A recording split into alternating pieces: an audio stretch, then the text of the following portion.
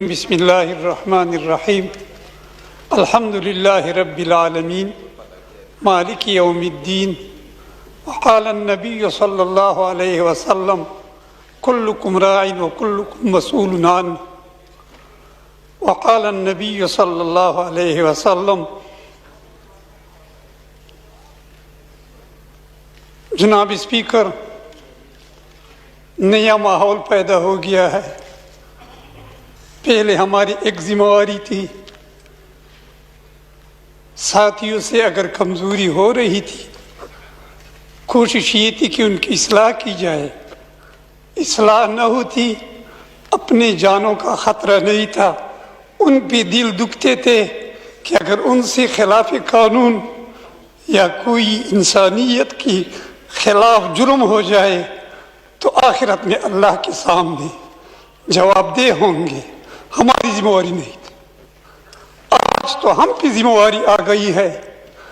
آپ حضرات کو اس اہم مقام پہ اللہ نے بٹھا دیا ہے، ہمارے ووٹ آپ کے ساتھ ہے۔ میرا تو یہ نظریہ ہے کہ دعائی بھی آپ کے ساتھ ہوں گے۔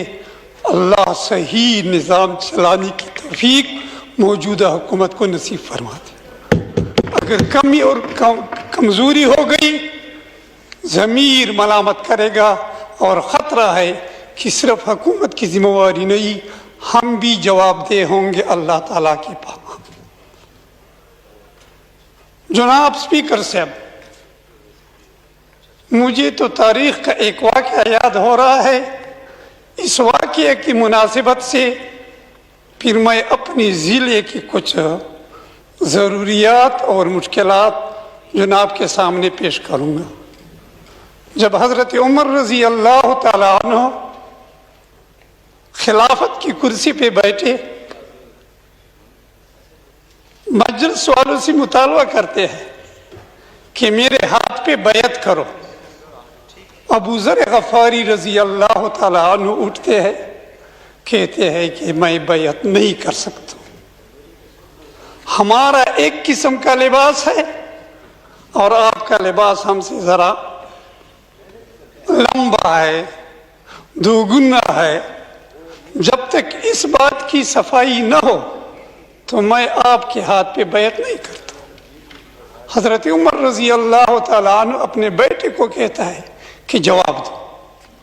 بات ذاتی مالیت کی نہیں تھی، بات ملکی مالیت کی تھی، جواب دو۔ وہ اٹھتا ہے کہ جو بادشاہی اور خلافت میں جو حصہ مجھے مل رہا تھا میں نے اپنے حصہ اپنے والد کو دیا ہے، اس لیے اس کے کپڑے آپ حضرات سے دوگنا ہے۔ مجھے تو افسوس سے بات کہنی پڑتی، یقیناً اس پہ تو خوشی ہے کہ اس اسمبلی میں میری ضلع کے 3 ممبر بیٹھے ہیں۔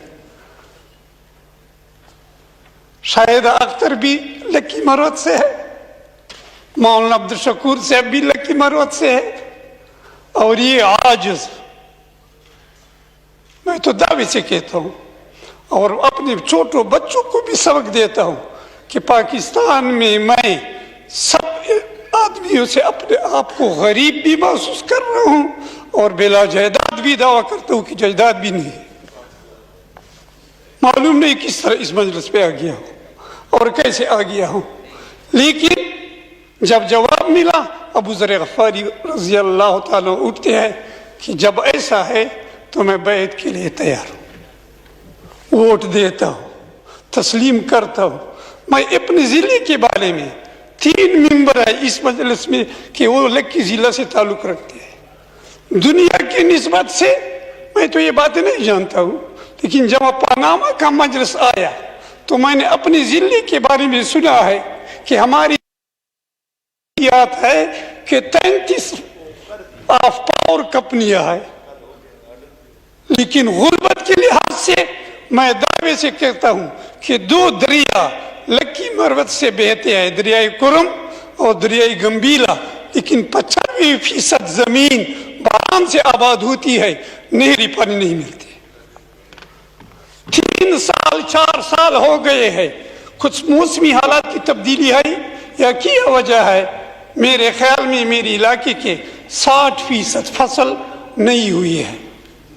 کون سے پانی پینے کا میں دعوے سے کہتا ہوں کہ میرے ضلع کے 70-80% عوام اور آبادی پانی کی پینے سے محروم ہے. کچھ بورنگیں تو نکلی ہوئی ہے لیکن اب بجلی کا یہ ماحول ہے، بجلی کا یہ ماحول ہے کہ تقریباً میرے ضلع میں 80% آبادی میں تقریباً 16 گھنٹے لوٹ. شکریہ جناب، تھینک یو.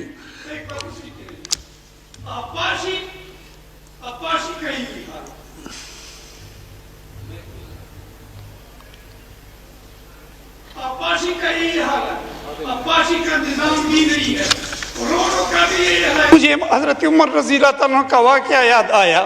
وہ کہتے ہیں کہ مجھے ڈر ہے کہ عام راستے پہ کوئی جانور جائے اور اس کو تکلیف ہو جائے، قیامت کے دن مجھ سے پوچھ ہوگی کہ جانور کو کیوں تکلیف آ گیا ہے.